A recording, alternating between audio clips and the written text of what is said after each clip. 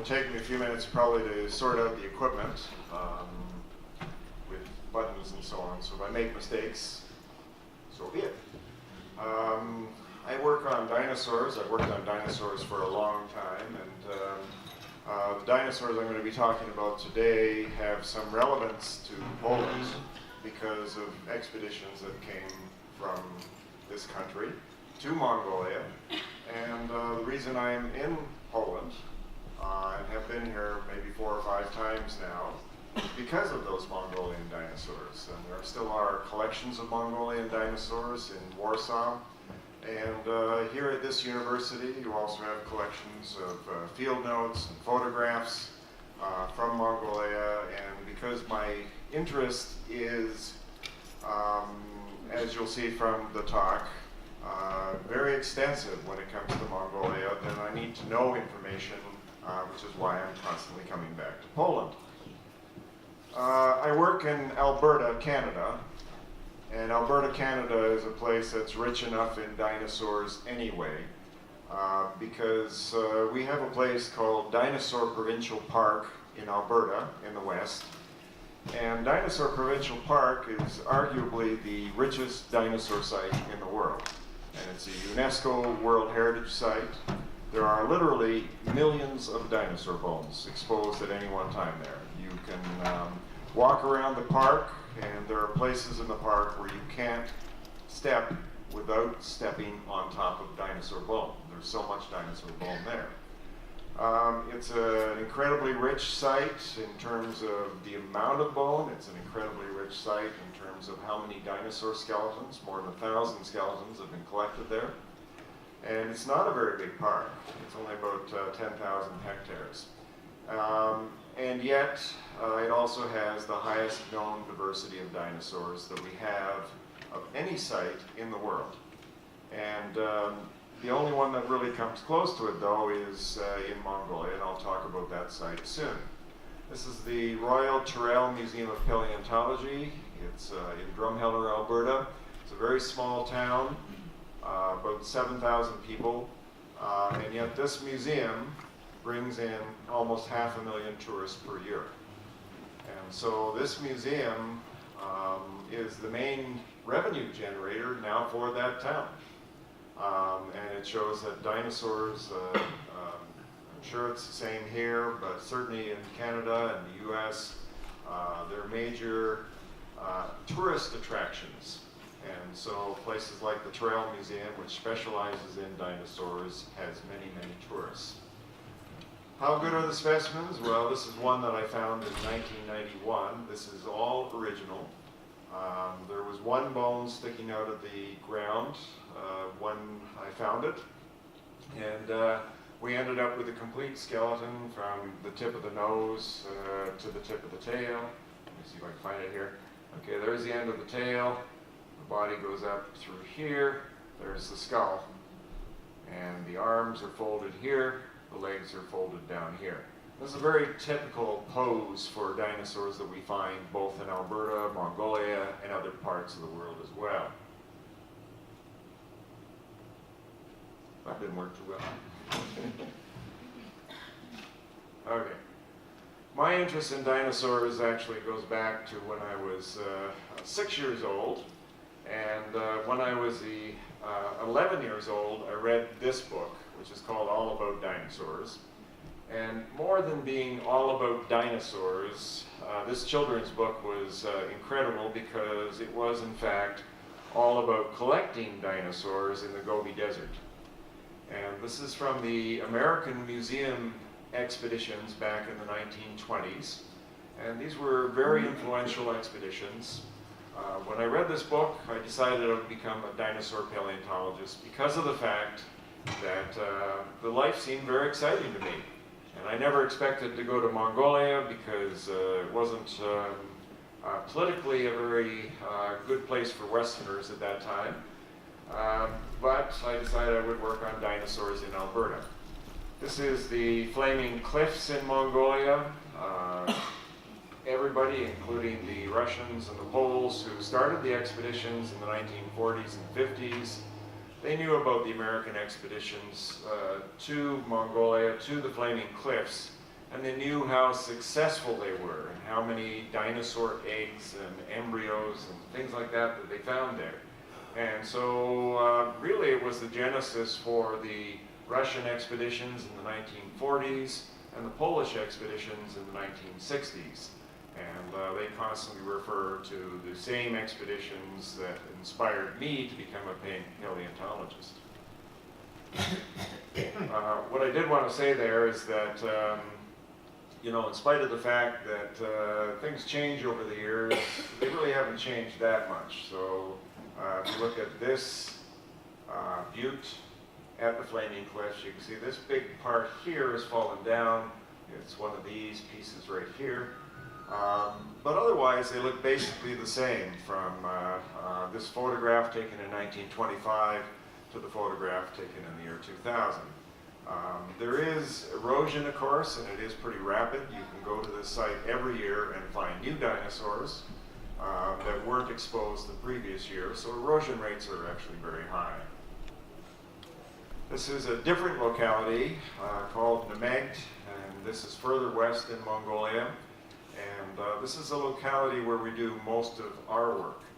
And the reason we work there is because the dinosaurs from the Nauk Valley are as rich as the ones we find in Dinosaur Provincial Park, and they're animals that are closely related to the ones we find in Dinosaur Park. But very often the preservation is different. And so we have this interesting phenomena where on two sides of the world you have almost the same dinosaurs, number one. You have two sites that are the richest dinosaur sites in the world, and almost 10% of all known species of dinosaurs come from these two sites. And they represent a time about 70 to 75 million years ago. Now that's a very small part of the history of dinosaurs. Dinosaurs dominated the world for more than 150 million years, and basically every 2 million years or so, the species did a changeover. And so, in spite of the fact that we know of about 1,000 to 1,500 species of dinosaurs worldwide, 10% come from two single ecosystems in the world, and this is one of them. And this is quite remarkable because it's not that this is the only place there would have been such a diversity of dinosaurs, or the dinosaur park is the other only place. What it shows us is that we know very little about dinosaurs, and we have thousands and thousands and thousands of species still to discover in the future. And so any people growing up and wanting to work on dinosaurs, there's always going to be work for you, believe me. But the Nauk Basin is a place that was discovered by the Russians in 1946. It's a place that they realized was very rich, and I think almost every major expedition has gone back there since that time, right to this day. And I still try and go back every single year, basically, to collect dinosaurs here. The Polish-Mongolian expeditions have been very influential in the world. They worked in the period between 1963 and 1971. They're certainly a very major influence on expeditions that are still being run today in that part of the world. These are large expeditions that looked at things from many different perspectives. So it wasn't just vertebrate paleontologists collecting dinosaurs. There were people here who were experts in mammals and lizards and plant fossils and geologists and so on. And so it was a multidisciplinary expedition, and that very much sets the tone for the expeditions that we run today in that part of the world as well, and other parts of the world. Our own expeditions, basically we started in 1996. That time it was a very small group of us, about half a dozen or so. But over the years we've morphed into different forms. So Dinosaurs of the Gobies overlapped the Korean International Dinosaur Project. And we had something the last couple of years called the Nauk Educational Expedition, and so on. So the people change, and you have different people coming in and leaving and so on. But whenever you're working with dinosaurs, you do need a lot of people who are there to help, because it takes a lot of work to take out a single dinosaur skeleton. And the more eyes you have in the field, that also works for you, because you have a much better chance of finding things. And also because of the differences in expertise that different people have, they look for different things, and they look for things in a different way, so you make discoveries in different ways as well. The amazing thing about Nauk is that even though it's been worked since 1946, and so many people have gone there and collected, every year we go back, we find a tremendous number of dinosaurs.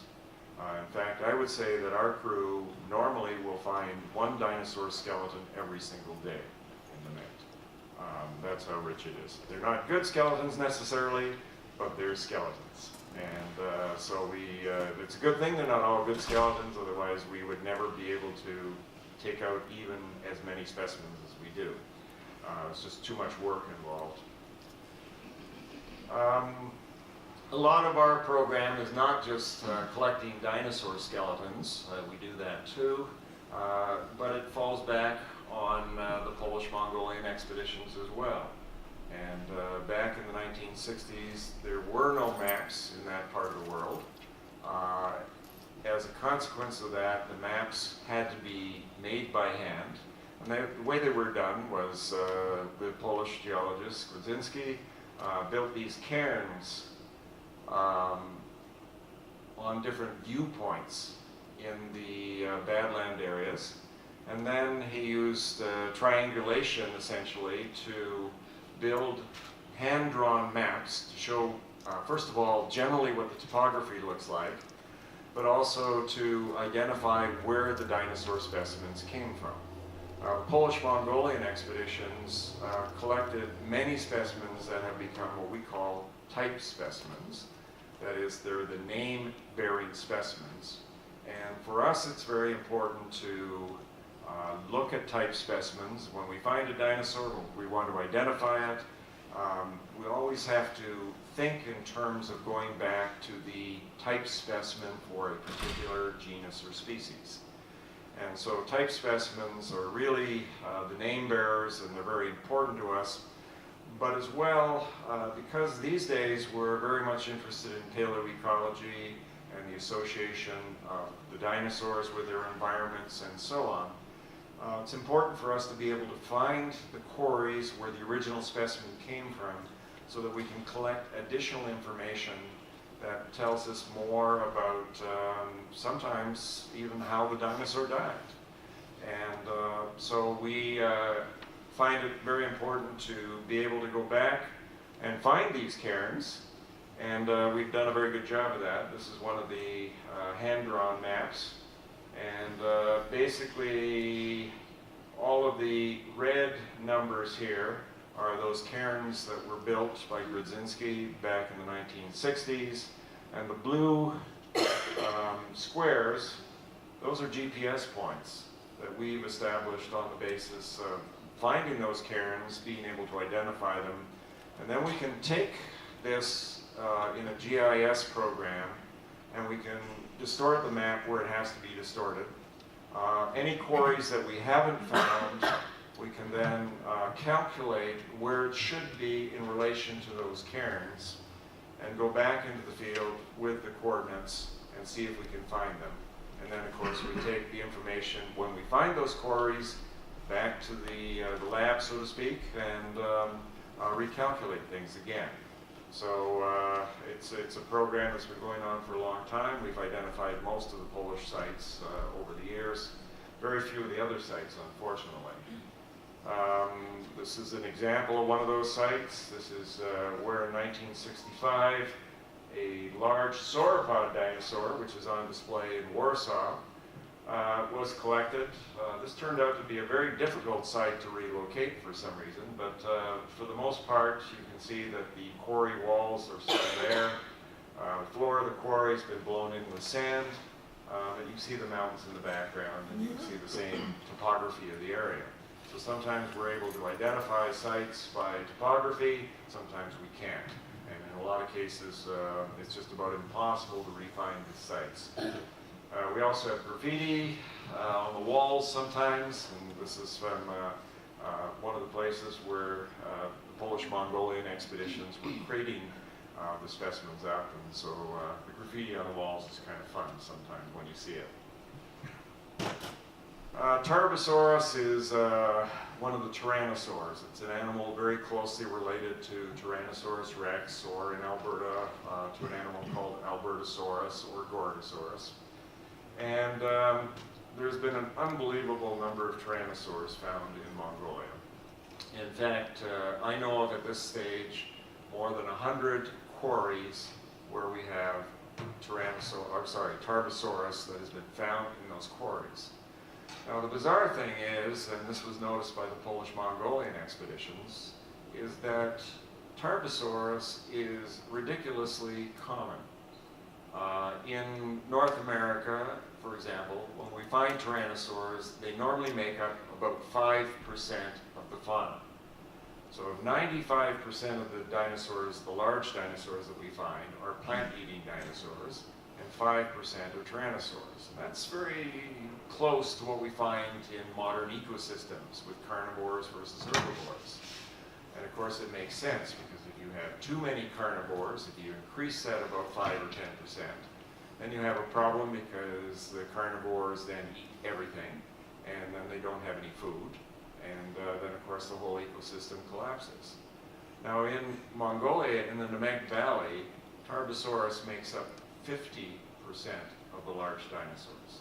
That doesn't make any sense. And so one of the reasons we went to the Nauk in the first place was to try and figure out why, in fact, to have such a crazy proportion of large carnivorous dinosaurs compared to the herbivores. And why is it so different than it is in Alberta, 5% versus 95%? And so this is something that I'd say we still haven't answered, but we're still looking. Many of the specimens aren't complete, but they're complete enough that we can identify them as Tarbosaurus. The better ones we collect, but a lot of them do remain in the field. We don't have to collect every dinosaur to, in fact, get a census of the dinosaurs from a particular site, whether it's here or in Alberta. This is one of the Tarbosaurs we collected about 10 years ago or more. And it was a very interesting one because it was found in this mound. The mound was very soft, rock. It's an amazing place sometimes. It's basically not even rock, it's just sand. And so you can collect the dinosaurs sometimes just by using a brush or your fingers even to take the sand off the top of the dinosaurs. Now this was a half-grown dinosaur, Tarbosaurus, and this is a side view of the skull. But in the field it was very interesting because this is the top of the skull and it was at one level, but the face of the skull was in fact pushed down into the sediment by about half a meter. And when we started collecting it, we thought this was very unusual because the rest of the skeleton, in fact, was at the same level as the top of the skull. So why was this area pushed down so much deeper than the rest of the specimen? And then as we progressed with the excavation, we found these 3 big dinosaur footprints. And then we realized that what had happened is one of these large duck-billed dinosaurs had in fact stepped on the face of this tyrannosaur, kind of like getting revenge for a lot of indignities over the years, I suppose, and had pushed it all the way down into the mud, much deeper. Well, this was pretty cool for a number of reasons. First of all, you know, it told a little story about the specimen and its burial and what happened. I mean, the tyrannosaur didn't hurt in any way because he was long dead when the duck-billed dinosaur did that. But this was the main thing that was interesting. We had worked at that point about 5 years at the same site. We had never ever seen a dinosaur footprint.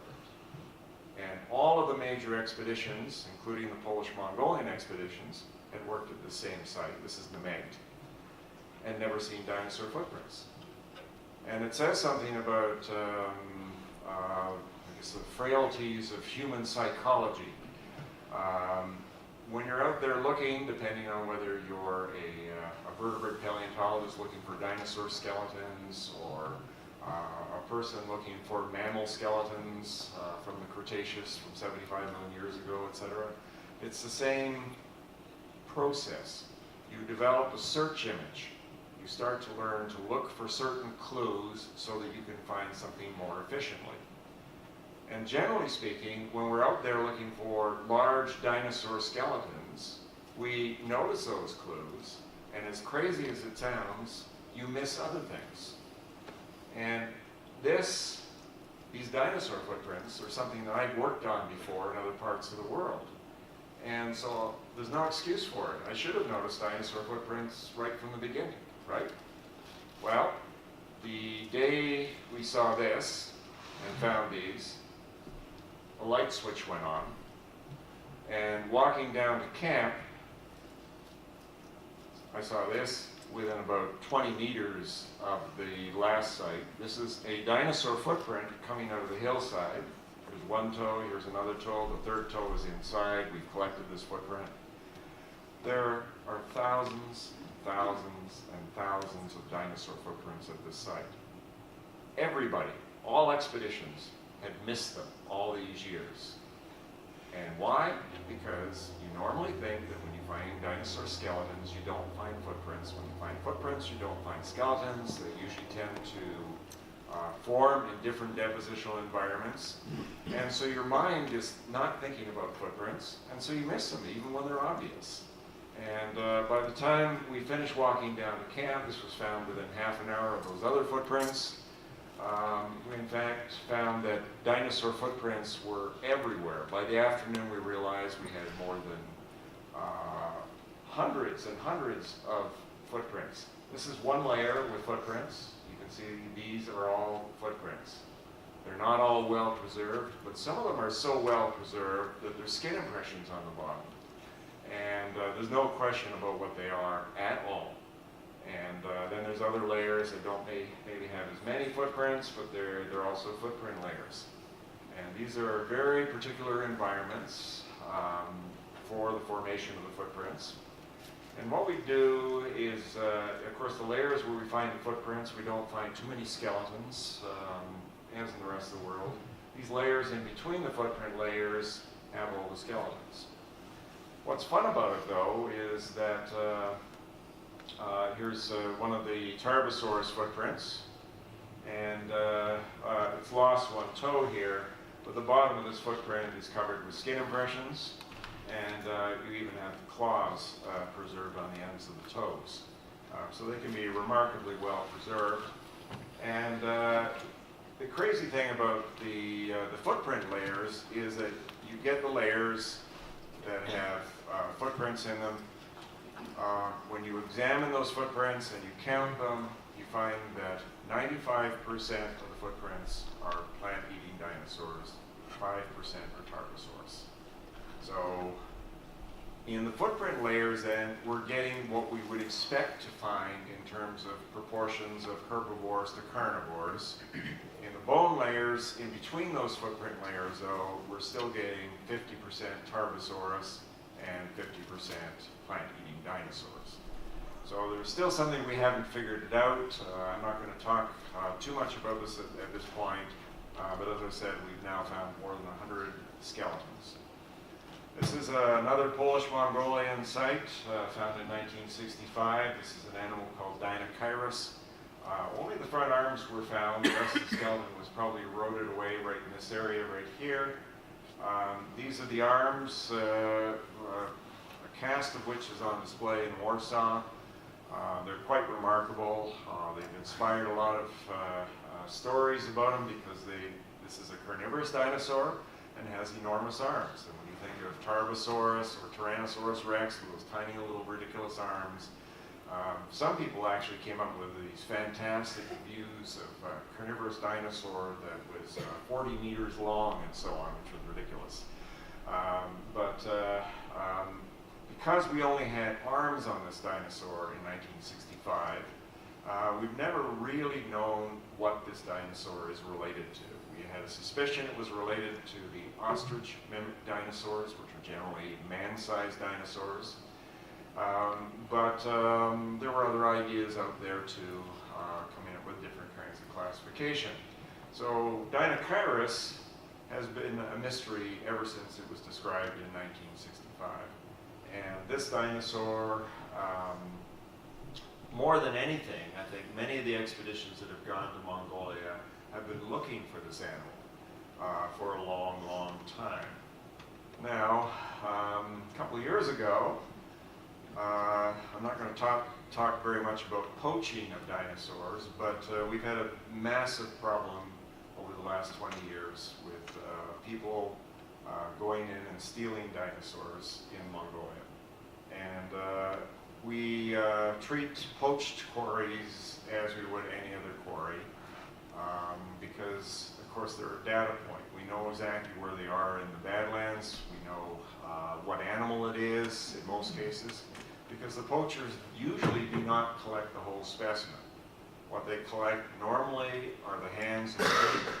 What they're doing is completely illegal, and they know that. So they don't want to get caught, so they don't want to be in these quarries very long. So what they'll do is they'll very often go in and take heavy equipment or picks and axes or even dynamite in some cases, and they'll destroy most of the specimens so they can find the hands, the feet, and the skull, which are the things that are, of course, smaller and they can transport specimen. And when we looked at it, we realized that it was, in fact, probably Dinocairus. And so all this time, we'd only known the arms of this dinosaur, but here we have virtually a complete skeleton of the dinosaur. And so this is one of the ones that we collected, even though it was badly damaged by the poachers.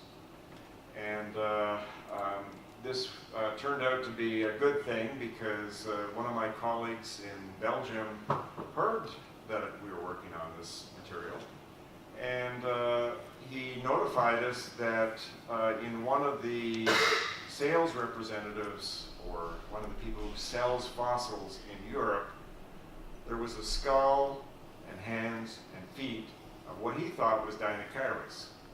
And so we went over to Belgium to see the specimen. This is the skull, and the skull has this enormously wide beak, a duck-billed beak. You'd almost think it was one of the duck-billed dinosaurs, but it's not.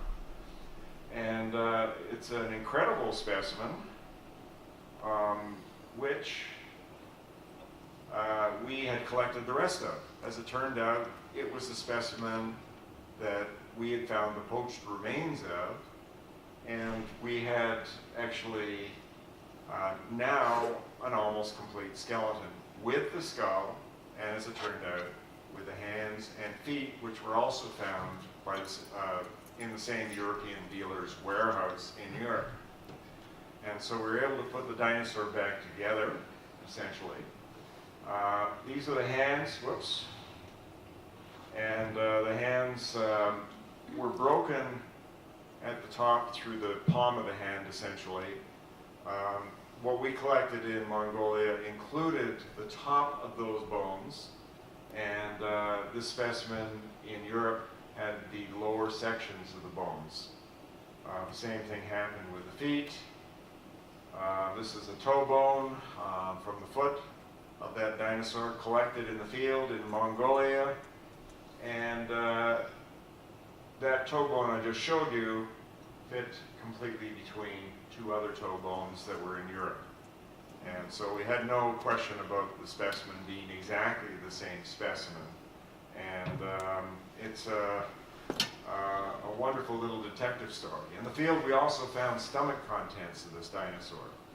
And it was quite interesting because the stomach contents included what we call gastrolus, which usually indicates that it's an animal that's eating plants. And the stones in the stomach, as with modern birds, are there to help grind up the plant material so that it can digest it more easily. But we also had fish scales in the stomach area, and suggesting that this dinosaur may have also been eating fish. So finally we had a pretty good idea what Dinocairus was. It turned out we had also collected another specimen in the same area. So now we have two Dinocheirus skeletons.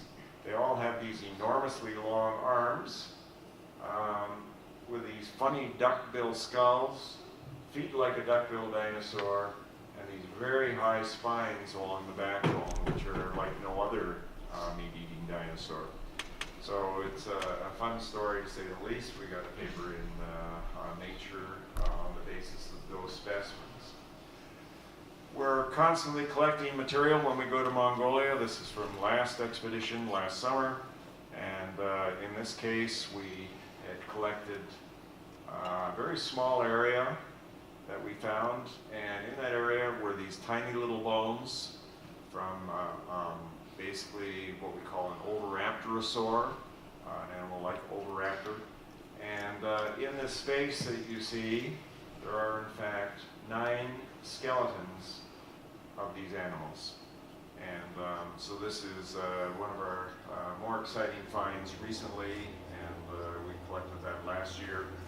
So it's still being prepared, so we'll see what happens as it gets prepared, and we identify it and learn something about the behavior of that dinosaur that allowed 9 of them to die in the same place at the same time. We do many other things in the field. One thing, for example, is we use these portable machines essentially for analyzing the geochemistry of the rocks. And this has a lot to do with the poaching problem, because we found that the geochemistry at different localities in these sites is quite different from each other site, and certainly different from other sites where we find dinosaurs in the world. So we can use the geochemistry to basically analyze specimens that have been taken out of Mongolia and sold in the United States or Europe or Japan or somewhere else. And what we're hoping to do is be able to identify more of the places where these dinosaurs have come from in Mongolia. And it's also something that's been used in court cases recently against people who have stolen specimens. This is a drone, of course. It's becoming more and more common. We've used drones recently as a way to remap the area. And so the Polish-Mongolian expedition maps are now being replaced by more accurate topographic maps that we can use in the field to get finer and finer detail on the distribution of dinosaurs. Again, sometimes it's from finding or refinding old quarries from previous expeditions, but for the most part, we're finding new quarries and new places where we have dinosaur skeletons. That'll help us sort out in the long run what's going on with the ecosystem in that area, and maybe eventually will tell us what we need to know about why the tarbosaurs are so common. This is a group of papers that came out last year in Paleo 3. This is what was done as a cover, and what it shows is the footprint of the duckbill dinosaur that I mentioned to you, stepping on the face of that Tarbosaurus and pushing it into the mud. If you look at the reflection in the water in the footprint, you can see the mother duckbill dinosaur that presumably made the footprint. So it's kind of fun. And we like to have fun with these things too. The poaching problem has been getting better in recent years, and that's because the Mongolian government has basically worked out deals with different countries individually, so that those countries will intercede and investigate when they find there's Mongolian dinosaurs inside their boundaries, seize them, and eventually return them to Mongolia. And because of that, they've taken a museum that was the Lenin Museum in Ulaanbaatar, but of course Lenin's not very popular anymore in Mongolia. So they've transformed that now into the Central Museum of Mongolian Dinosaurs, and done a little bit of work on the facade of the building, but not too much overall. But they have now about 40 or 50 specimens on display, and many of these are magnificent specimens. This is the Tarbosaurus that was seized in 2012 in New York City after it was auctioned off for $1.5 million. And the American government seized it and eventually returned it to Mongolia. Because so many countries now are working out deals with Mongolia, more and more specimens are being seized and returned. Unfortunately, when you go to this museum, you won't see where the specimen comes from, because of course the poachers don't keep information on what they take from where. And so we don't know where any of these specimens, or very few of these specimens, come from in this museum display. That's one of the reasons we're doing things like geochemistry and isotope analysis and so on those specimens. But it's a wonderful place to work. It's incredibly rich. Erosion rates are so high that every year we go back, we find more dinosaurs. And at this stage, I thought I'd just turn it open for questions if you have any. Any questions? Macie Państwo jakieś pytania?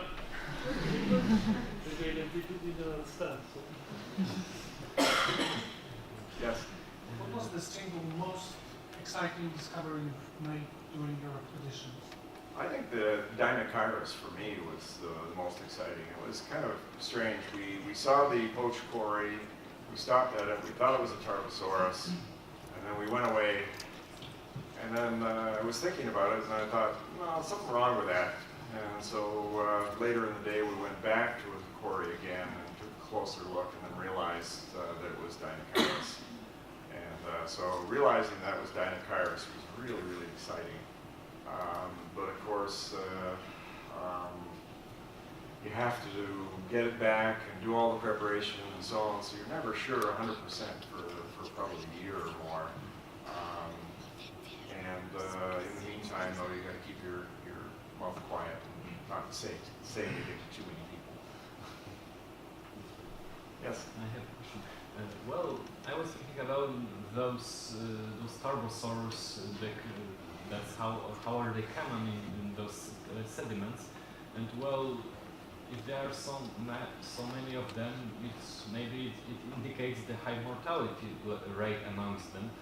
Are there any theories of this trying to explain this amount of this abnormally high amount of Tarbosaurus? Yeah. Well, the fact that we have the footprint sites, and the footprint sites show that the Tarbosaurus is not common most of the time, probably, got us to investigating whether, in fact, the beds where the Tarbosaurs were found might represent the same time of year, and that recurring over and over and over again. And that's actually the most fruitful line of thinking right now. We seem to have these massive sheet wash deposits in the levels where the Tarbosaurs are, and it's quite possible that they were the ones that were suffering the most during those flooding events, and that the Hadrosaurus and other dinosaurs, in fact, were surviving and getting away, and the Tarbosaurus were being selectively killed, essentially. So that's right now our strongest theory on why we're finding so many. But it's a recurrent environmental condition that recurring year after year after year, and obviously hitting these animals not just at the Nauk site, but at the other sites within the Nauk Formation as well. So that's the theory we're working on at the moment. Yes. And what is the age structure of these Tarbosaurus? Are they especially adult animals or juveniles? Oh yeah, yeah.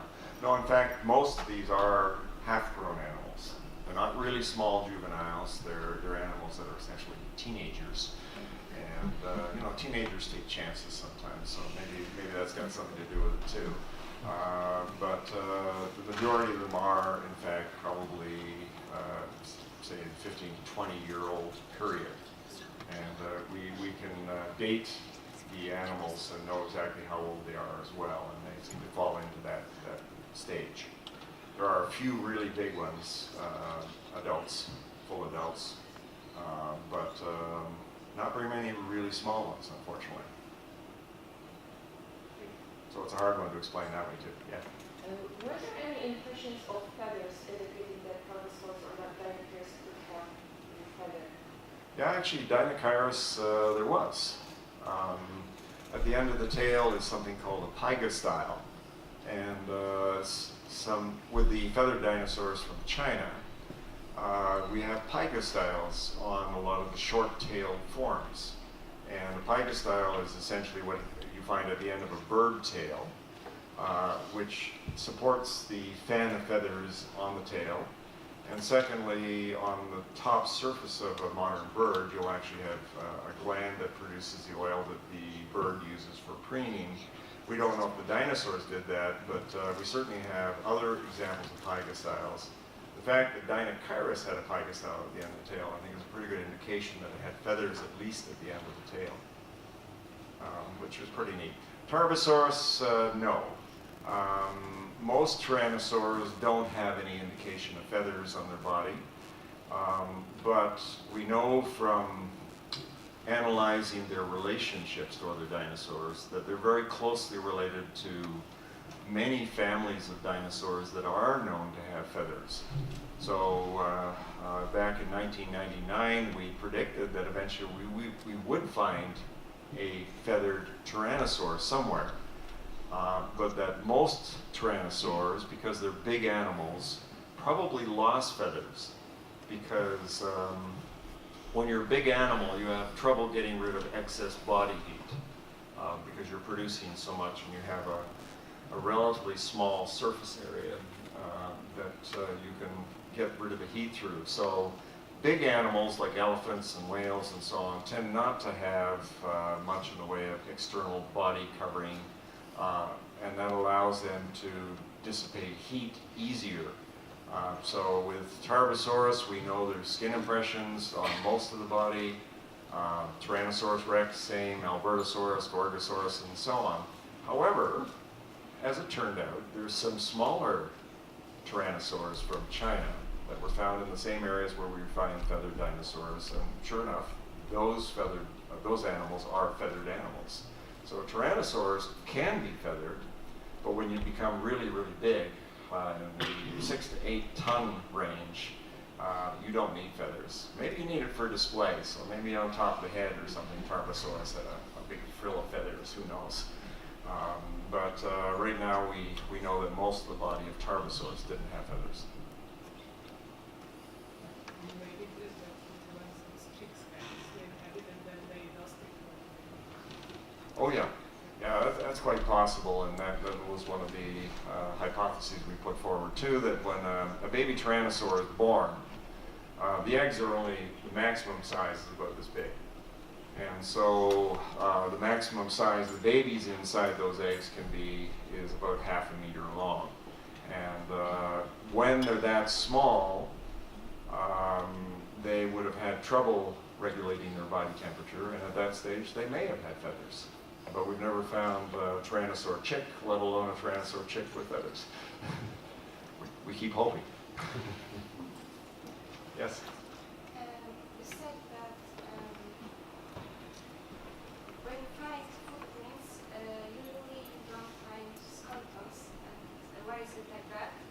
And is that true that by the footprints you can get to know the speed of dinosaurs' movement? Yeah, and that's a very good question. For a long time, when we found footprint sites, we wouldn't find skeletons, or when we found skeletons, we wouldn't find footprint sites. But of course, that's ridiculous unless you assume that the footprint sites are places where the animals lived and never died, and that the skeletons were all washed in from somewhere else, and so they left no footprints. And this is kind of an enigma that's puzzled paleontologists for a long time. And it turns out that it's not quite that way. Part of the time it's because with footprints you need them to be preserved at the contact between two layers of sediment. so that, for example, you step in the mud and you pull your foot out, you have a footprint, but then if it fills in with sand, then you have a very good definition of the footprint, and it can preserve that way. If what you have, though, are sandstone beds all the way, or mudstone beds all the way through, you don't have those contacts, and so you don't necessarily see the footprints. Now we're finding that, in fact, dinosaur skeleton sites do have footprints. It's just that they're really hard to see and hard to find. Another problem is that a lot of the places that produce good skeletons, like the Nauk, the erosion tends to be vertical. So essentially the footprints are cut in sections, and by the time they come out, you just don't see them. But they're there, and if you look in the walls sometimes you can see the sections, more or less like I showed you in the Nauk. And with the skeletons, though, the skeletons very often are found in areas where you have a different kind of preservation altogether as far as the depositional environment goes. It sometimes has something to do with the acidity in the soil. The footprints very often are found in areas where plants are well preserved, and plants need a slightly acidic groundwater to allow them to preserve. A site like Nauk, you find almost no plants at all because you didn't have that acidity in the soil, and so the plants break down before they have a chance to get buried and fossilized. So there's a lot of factors involved going back and forth. But partly it was because people just didn't look hard enough. And as with the Nauk site, it turns out there are probably far more footprints than there are skeletons, which makes sense because you make millions of footprints in your life just as one individual walking around. But it has everything to do with depositional environments. It has everything to do with groundwater acidity. It has everything to do with whether or not you have different layers of sediment being washed in and buried. And all these factors contribute to whether it's a footprint site, a skeleton site, or both. Yes? Can I have one more question? Well, actually, as far as I know, the dinosaurs of Ceratops family, for example, Triceratops or Centrosaurus, are quite common in North America. I believe there are some of them in the Alberta formation. Yes. That's right. And what about Nauk formation? Are there any Ceratops dinosaurs? Because I have heard that the dinosaurs of this distinctive family have not been found anywhere apart from North America. Yeah, and of course that's one of the enigmas that attracted me to trying to work in Mongolia versus Alberta. Most of the dinosaurs we have in the Nauk Formation or the Dinosaur Park Formation are related to each other. Some in fact can be almost the same genus. And it's so good that if you find a new type of dinosaur in either the Nauk Formation or the Dinosaur Park Formation, eventually you're going to find a relative of that dinosaur in the other place. The one exception, as far as North American dinosaurs go, are the ceratopsids, the animals like Triceratops and Centrosaurus. And we've never found them there. But it turns out it's probably got a lot to do with the fact that it's not an environment where ceratopsids like to live. So they never got there in the first place. The bizarre thing is that we would predict that ceratopsids should be in Asia, and about 5 years ago a site was found in China that more accurately reflects the kind of environment we have in Alberta, which is coastal lowlands, and there was ceratopsid dinosaurs there. So they have been found in Asia now, but not in the Nauk Formation. I think the Nauk Formation is a very unusual environment, and I could talk for a long time about this, but I mean, basically, it's a place that's in the center of a pretty arid or semi-arid region, and there was lots of water, but there was also drought at certain times of the year and so on, and it just wasn't friendly for ceratopsids. Yes? when you look at those collections of different expeditions, is it that the percentage of Tarbosaurus actually decreases because the collection of bias is smaller? Because I imagine that the first expeditions needed to have big, nice skeletons. Maybe the number will decrease. Yeah, and in fact that's true. Certainly what the Russians collected in the 1940s and what the Americans collected in the 1920s is a little bit different than the proportions that we get today, but it's not as different as I would have predicted.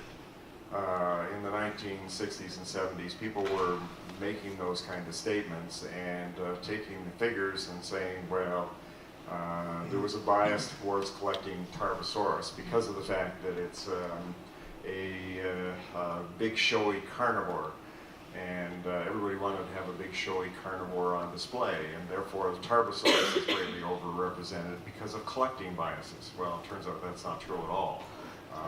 There were collecting biases for sure when it's in relation of the bigger dinosaurs versus smaller dinosaurs, and we collect a lot more small dinosaurs these days. We know a lot more small dinosaurs than we ever knew before as well. But certainly by the Polish-Mongolian expeditions, they were looking for small things as well. They were collecting mammals, they were collecting lizards, they were collecting baby dinosaurs. And so I'd say everything had changed in the 60s already. Yes? I was wondering, how often do you find in Mongolia eggs, nests, or hatchlings of dinosaurs? Yeah, it's very much, again, a matter of depositional environments. Eggs are sort of fragile, and if you have any acid in the soil at all, then the eggshell is destroyed before it gets fossilized. So, for example, in the Nauk Formation, we find very little eggshell. We do find some, but usually it's associated with clamshells and things like that, and that's because the shells of the invertebrates basically buffer the water, and that allows the eggshells to be preserved in the water. So if the eggshell happens to get washed in with the clams, then it will preserve. But through most of the Nauk Formation, we don't find any eggshell at all. And yet, all we have to do is walk less than a kilometer to the east, and we're into a different interfingering environment, sedimentary environment, which is much more alkali. And in that environment, it's called the barren goyet, but in fact it's exactly the same time as the Nauk Formation. And in the barren goyet, we find whole nests of eggs, including embryos in some of those eggs. So it's kind of fascinating that in one area, in less than a kilometer, you can collect two entirely different sets of animals because of the differences in the depositional environments. Yes? You mentioned that recently you've been interested in geochemistry. What is the specific feature of this Mongolian sediment, geochemical feature? Well, the interesting thing is that a long time ago already it was pointed out by the Polish-Mongolian expeditions that the bones from the Megs are full of uranium, and they're highly radioactive. So it's not that it's the only radioactive site in the world with uranium in the bones. There are sites in North America, including Alberta, that pick up uranium as well. But it's very much dependent on where you are in relation to the mountains of the time, where you are in relation to other kinds of environments in the same area as to which minerals get picked up by the bones in certain areas. So you can have the same dinosaur living in two different environments and different distances from the mountains, and you'll find different chemical, elemental or mineralogical compositions inside those bones. And what we're finding is that the Nauk Formation was so close to the mountains at the time that it really does make a big difference in terms of whether it's even 10 kilometers away in terms of the mineral content of those bones. Probably also has a lot to do with how much water was running through the region at that time. So even different levels. So the lower area in Nauk is what's called the Barangoyat Formation. It's a dry, semi-dry environment. The Nauk is a very wet environment. And between those two formations even, there's great differences in the mineral content of the bone. And you can tell them apart just by looking at the mineralogy. It's something we've talked about for many, many years, but it's been hard to get samples out of Mongolia to do that kind of work. And so having the portable machine that we can use in the field has at least improved it for now for us. So we can show that we can see differences and it is worth doing the work.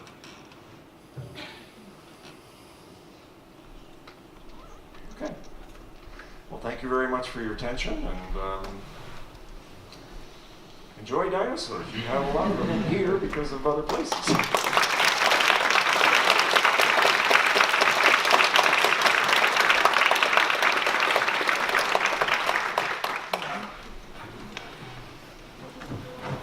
Thank you very much for very interesting presentation.